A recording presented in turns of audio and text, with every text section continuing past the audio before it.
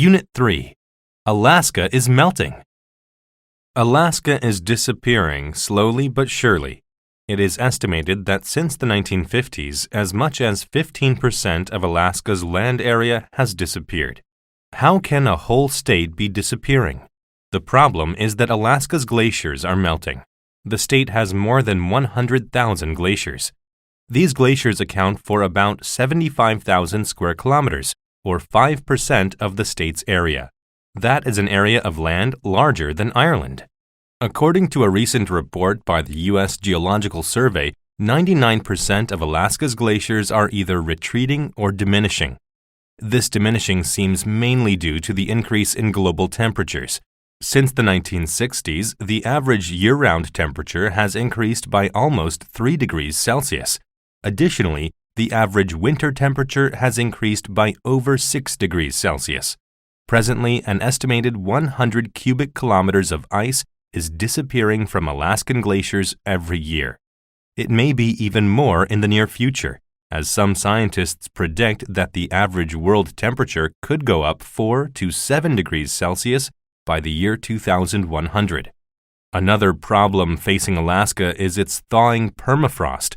Much of the land in Alaska used to be permanently frozen, or frozen for most of the year. Now, the thawing permafrost is causing a number of problems for people living in Alaska. Roads and utility poles are collapsing as the ground around and under them warms and softens. Also, the hard permafrost that originally prevented beaches from eroding during violent storms is now melting. People who live along Alaska's coasts are being forced to relocate. For villages on small, low islands, one terrible storm could wipe out the entire community. The melting permafrost and increasing temperatures are both affecting the forests of Alaska.